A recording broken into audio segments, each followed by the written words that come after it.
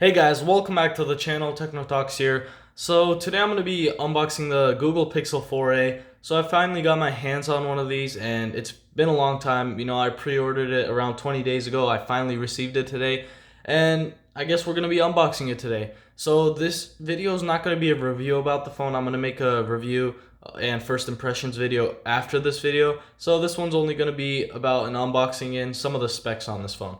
So first up, let's talk about the specs. We have a Snapdragon 730G, 6 gigabytes of RAM, and 128 gigabytes of storage. So there's only one model and there's only one color. There's just black, and the specs are the same across all the Pixel 4a's. It's kind of nice that it's simple and you don't have to choose between a whole bunch of options, but it would be nice if you could choose a different storage option for people that do use more storage, but I'm pretty sure 128 gigabytes is enough for most people. So I guess let's unbox it. So we have a normal box. It looks really similar to the Pixel 3a box that I had. The sides, Google logo, and then the side of the phone. And then in the front, just the Google logo with the name of the phone. So overall, box design looks pretty nice. There's nothing too different about it. Hashtag Team Pixel behind it. And let me show you guys the specs really quick. So right here, 5.8 gigabyte, a 5.8 inch screen, 128 gigabytes of storage, just black, and that's about it. So let's open it up. So Pixel phones are pretty easy to open. You just have to peel off the sticker really quick, and let us do that. So it's on both sides. I'm pretty sure it was on one side on the Pixel 3a box, but doesn't matter. I guess it's better. Okay, so now for the phone. Boom. So we have the phone right here, just black, fingerprint sensor. This time it's not a two font color, so it's only one color. It doesn't have just matte black on the bottom and then like a different tone of color on top, the black, the clear black. So it's pretty nice. It's a lot more simple. This camera bump right here, it looks like it could hold more cameras, but I guess one is enough for Pixel devices. We have our Google logo right there. And then that's the front of the screen, the punch hole camera. This looks very similar to my S10e. So let me go ahead and check out the other things in this box. Okay, so we have some panels right here, just explaining the book, quick start guide probably. And then we have our SIM ejection tool. Let's put that to the side. So very, very similar stuff. I'm pretty sure these are the same things that came with the 3A, and they don't have the headphones again. I guess that's okay. They probably wouldn't put really good headphones in anyways, and you probably already have some good headphones. So we have our USB-C to C cable right here. Pretty nice cable. We have our OTG adapter right here, so when you're transferring files between devices, if I can get it out. Okay. So you can connect the USB-A to that and then just connect it to your phone to transfer files or do other things with it.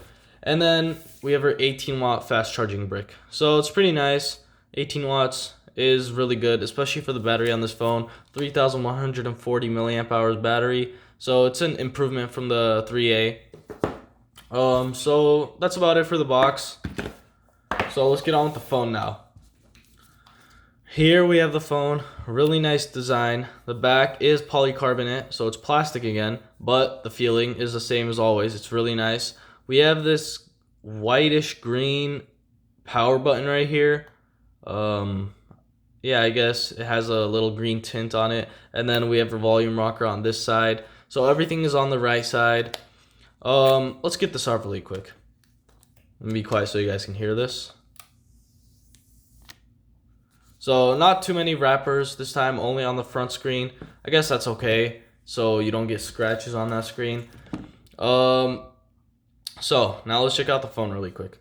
So the screen, 5.8 1-inch screen, punch hole camera on the left side, and minimal bezels. So the bezels are very small compared to the 3A. The 3A had tons of bezels on the top and bottom.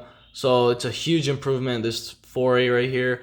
And it's cheaper. The starting price was cheaper than the 3A. So this starts at $349, and compared to the iPhone SE, OnePlus Nord, I guess not Nord, because if you're in the US, you're not going to be able to get it anyways. But compared to the iPhone SE, that's $50 right there. $50 you can get yourself a decent pair of wireless earbuds or something else, I guess. So still a big difference compared to those phones. This does have the lower end chip, the 730G.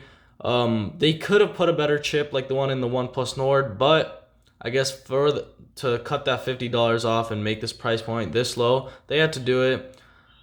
But I guess overall design, this phone is great. $350. You know, this phone feels very nice in the hand. The plastic, it feels sturdy. It feels nice. It's not some cheap plastic. And compared to the Note 20, you know how the Note 20 is made out of plastic as well.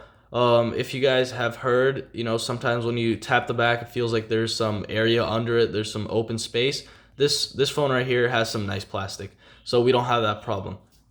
So overall, great design. Really love this phone. I'm gonna be posting a first impressions video later on, probably in 2 days after I get to use it for around a day or so. And I guess so far, this phone is pretty nice. I've liked this phone a lot. I haven't used it yet, but I'm pretty sure I'm gonna be loving this phone. So that's about it, guys. Thanks for watching. Don't forget to like and subscribe, and see you in the next video.